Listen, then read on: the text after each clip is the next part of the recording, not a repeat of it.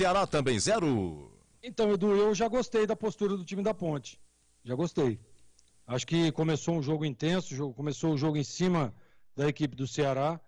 Nós falávamos durante o início, né, no concentração, minutos antes de começar o jogo, que a Ponte enfrentaria um bom time. E realmente enfrentou. Um time muito bom. É só analisar aí as peças individualmente falando. Então, assim, eu gostei da postura do time.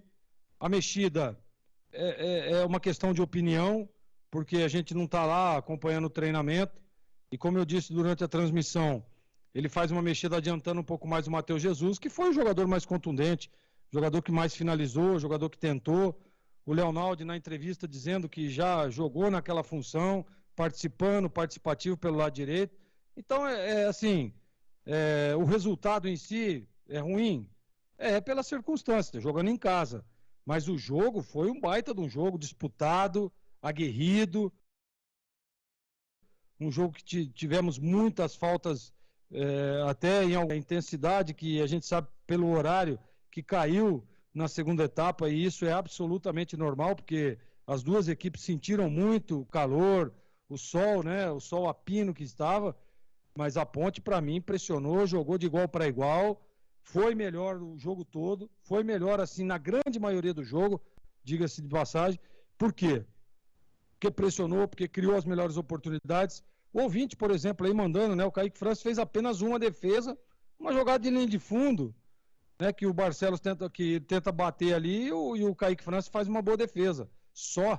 Foi isso que o Ceará fez durante 90 minutos.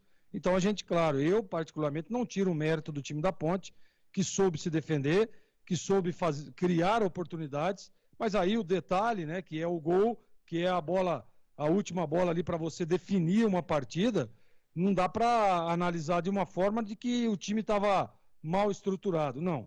Na minha opinião, não. Jogou bem, criou maiores oportunidades, teve as maiores chances do jogo, com o Matheus Jesus, com o Leonaldo, naquela finalização na boa defesa do goleiro, do Richard, né? Naquele lance, a hora que o Ratamoto entra, que ele erra o cruzamento, se ele carrega um pouco mais a bola, vai de encontro ao goleiro, e poderia ter sido um pouco mais feliz, mas isso é uma questão de opinião.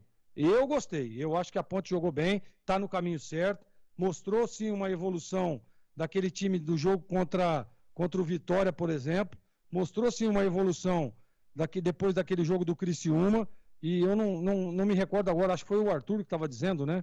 Nós temos que analisar do segundo tempo do Criciúma para cá, a evolução do time. E realmente foi notório.